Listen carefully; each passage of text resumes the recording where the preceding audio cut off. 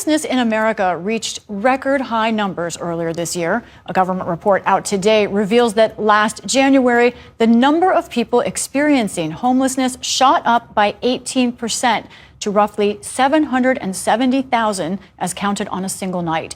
The annual survey published by the Department of Housing and Urban Development pointed to a list of intensifying economic problems, rising housing costs, and the migrant influx in some cities among them.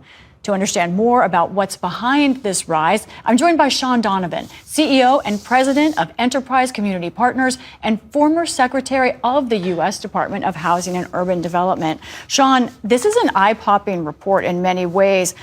It's about where things stood earlier this year, and I want to start with one particular dynamic, the role of the migrant crisis. How and where did that affect homelessness in this country?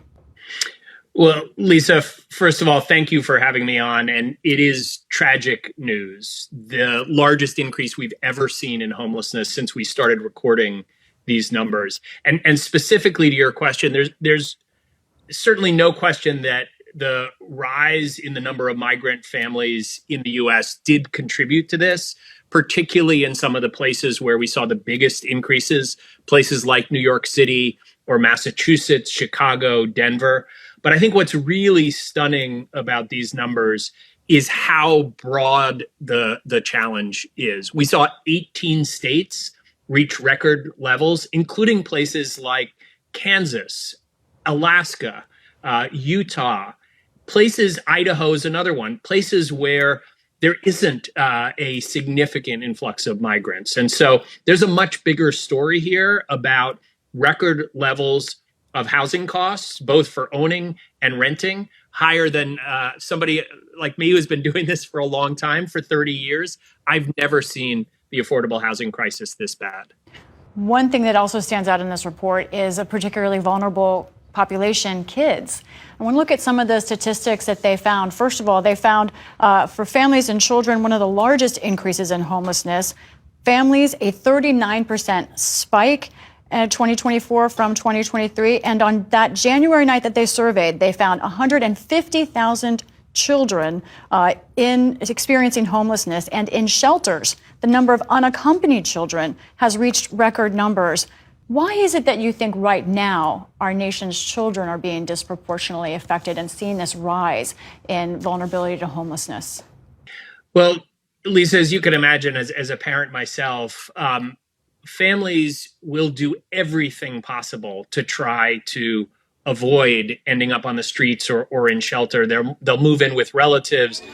They'll do anything they can. And I think this 39% increase in families with children experiencing homelessness is the single most tragic part of the report. And I think it's really a reflection that increasingly in this country, you can hold down a full-time job or even in a couple, 2 full-time jobs and still not be able to afford housing. Estimates are that about half of all people experiencing homelessness are working. And so we have to recognize that this is a housing crisis that is affecting everyone in our society, but most acutely, those of our neighbors who end up sleeping on the streets or in shelter. There are some real sirens in this report, as you're saying, but these were numbers from January. Can you talk about what may have happened since then that kind of puts these numbers in a different perspective? Well, Lisa, the first thing I would say is it isn't just this year. This was an 18% increase, but it comes on the heels of a 12% increase last year in these numbers. So roughly a third increase over 2 years. Both of those were record increases in homelessness that we've seen. So what I think has begun to change in this country really is 2 things. One is that we had a Supreme Court decision this past summer in a case that for the first time really allowed communities to criminalize homelessness. And I'm deeply concerned about this.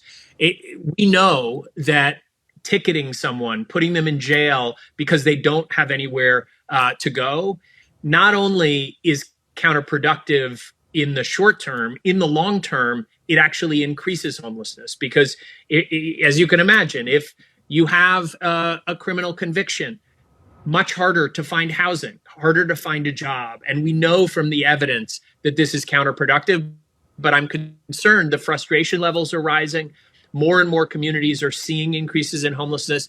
The other thing I would say, though, on a more hopeful note, is our housing crisis has reached such a scale of proportion that we're seeing more and more bipartisanship around the need to solve our housing crisis, to build more affordable housing, to build more different kinds of housing, from home ownership to rental and everything in between. And so that, I think, is really a hopeful sign.